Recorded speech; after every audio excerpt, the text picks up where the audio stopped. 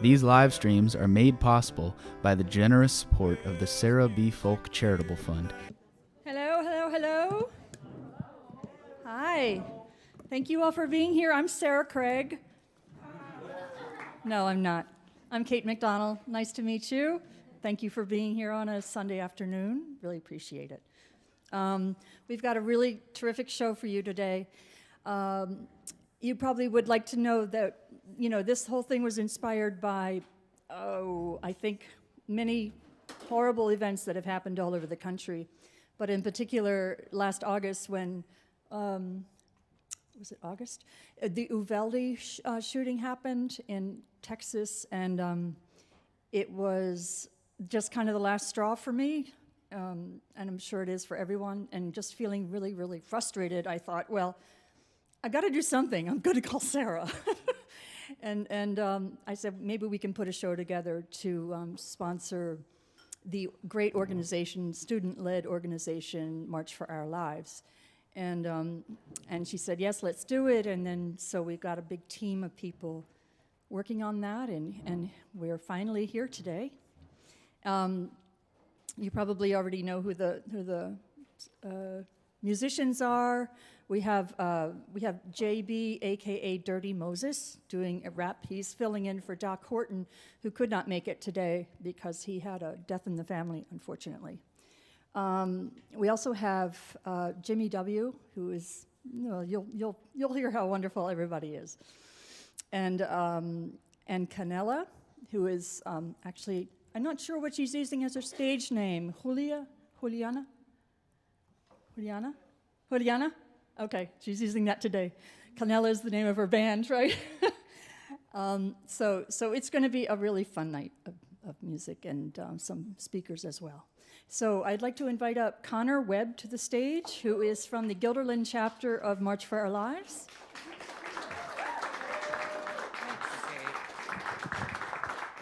Thank you, Kate. Good afternoon, Saratoga. How are all of you? Good. Let me just take this time to express my deep gratitude for the privilege of being here with you all today. Thank you to Kate McDonald for all of your organizing, all of the distinguished artists that are here, Caffe Lena for hosting us, for all of you for being here despite the wonderful weather that is outside. My name is Connor Webb, and while I run Guilderland's chapter of March for Our Lives, I want to recognize some folks who have been leading this effort alongside me. So I want to call the names of the people who have been leading this, and I just ask that you stand up. So, Emily O'Connor is our chapter's vice president. Congratulations are in order, because you're one of the first to know that she is going to be at Northwestern University in the fall. Yep. So thank you, Emily. Caroline Dupree is really the person who keeps us sane despite our cynicism, so we're immensely grateful to her. Morgan Blanchard is one of our secretaries who is we're lucky to have today. She's a wonderful photographer, so those skills are going to be very excited for those as the event closes. Some other folks who are here who were unable to make it, but we're grateful to have them on our team. I am 17 years old and a senior in high school, the same age and grade as those 21st graders who were gunned down at Sandy Hook Elementary. Maybe because of our shared age, I often think about those 20 lost lives, those kids murdered in their school just 10 days before Christmas. My peers and I have spent our entire education knowing nothing else besides lockdown drills, fear, and the omnipresent drumbeat of more and more needless mass shootings. Sandy Hook, Emmanuel African Methodist Church, the Pulse nightclub, Marjorie Stoneman Douglas High School, Perry High School in Iowa just a couple of weeks ago. And that list represents just a fraction of the gun violence deaths that we've seen in the past decade. This is the leading cause of death in children and teens, and it's preventable. March for Our Lives was born out of a tragedy on that list. Some of the survivors of that horrific shooting at Marjorie Stoneman Douglas High School on Valentine's Day in Parkland, Florida, came together to organize a nationwide march. And it became the largest single-day protest against gun violence in human history. Our chapter was born out of anger. In 2001, my own high school almost became the next Columbine. There was a student who drafted out a plan to murder his mother with an assault weapon, wrap himself in an American flag, and enter the school. He tragically murdered his mother, and he left our school behind. I was reading about this event 3 years ago alongside the other atrocious mass shooting headlines. And now we're the only chapter of March for Our Lives in the Capital Region and Eastern New York at large. Here's who we are. We are a team of pragmatic, passionate organizers. We speak up, we leverage political pressure, and we share our excitement about political organizing with others. We've written policy for our school district that notifies parents of their responsibilities in secure gun storage. We've influenced 2 bills that are now law in the Albany County Legislature, and we had over 15 legislative meetings just in 2023 with Capital District legislators, Hudson Valley legislators in Albany, all the way up to members of Congress and the US Senate and DC. And I want you to know this. I want you to know that in those negotiations, we refuse to be discouraged and intimidated as young people. In fact, it is in our refusal to accept passivity and the status quo and the endless loss of life that has allowed us to rival legislators in our knowledge of the national issues, the constitutional scholarship, and the democratic process. But we here all know that the stakes are still high, unbelievably high. We're on the brink of one of the most contentious elections in a generation. Last year was one of the worst on record when it comes to mass shootings.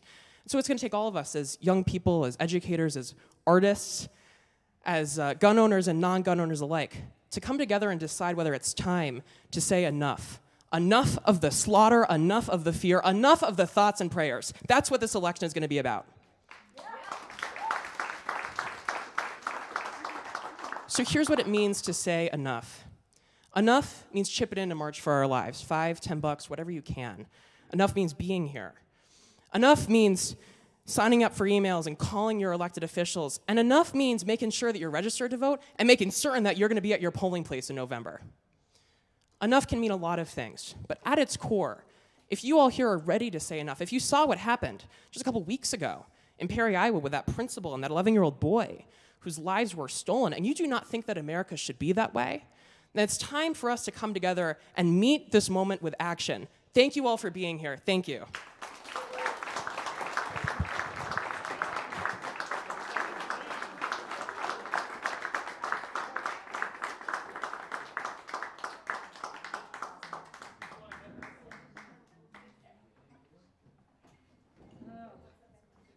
I feel moved. So thank you, Connor, for that. And Connor will be available at the end if anybody has any interest at the end of the concert to have a Q&A, just to have him see if we can get more specific about what this chapter is doing or what March for Our Lives is doing. We can do that at the end. But you were pretty thorough, I have to say. So our first performer up is JV, aka Dirty Moses, and he is going to bring us a beautiful. I'm just going to let you speak for yourself because it's. He's going to bring up some beautiful, beautiful music and. We hope. And emotions and gut. A lot of gut. Yeah. My gut is big. And grit. Please welcome Jay.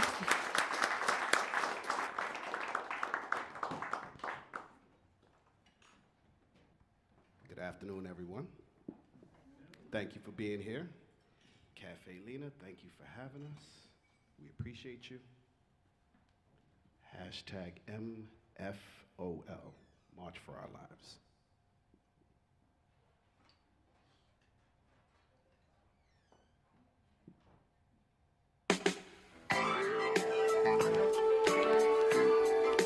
I like to let the music speak for itself first. You could be the life of the party. Talking different, drinking everything on top of the shelf. Well, I ain't saying we getting naughty. But if I play my cards right, the queen of hearts is sure to get down.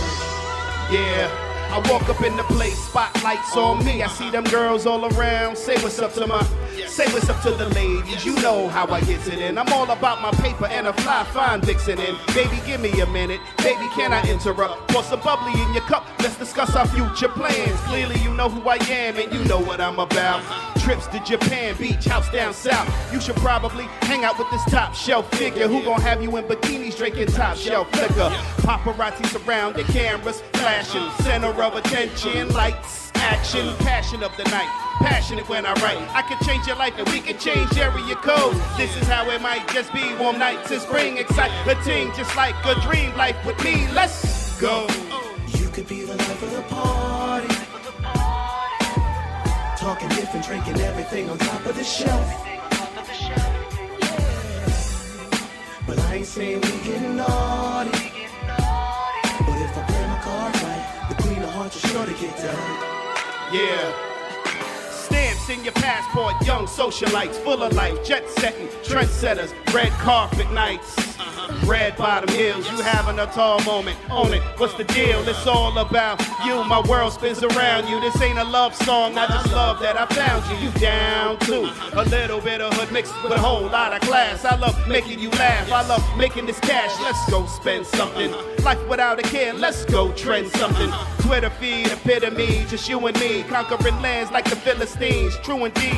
Let's head to where the water's blue and come back with an accent, a few shades darker passion. This is how it might just be. Spend your life with me, cause I'm your king, you're my queen, life serene. Let's go. You could be the life of the party. Talking different, drinking everything on top of the shelf. Well, I ain't saying we getting naughty. But if I play my cards right, the queen of hearts is sure to get done. Yeah. The song is called Life of the Party. It's my first song. Thank you.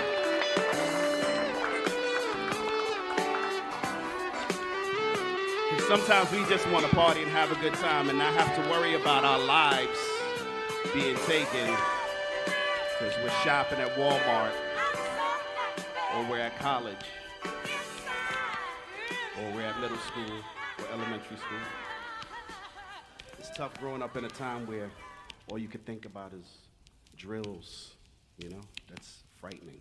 I remember when I was growing up, I'm born in the 70s, I'm dating myself, but when I was growing up, the building I grew up in, Harlem, New York, had a sign on it that said Fallout Shelter. And the drills we had were, you know, the get under the desk drills in case there was nuclear war, something that, of course, is never gonna happen on this side of the earth anyway. Scary times.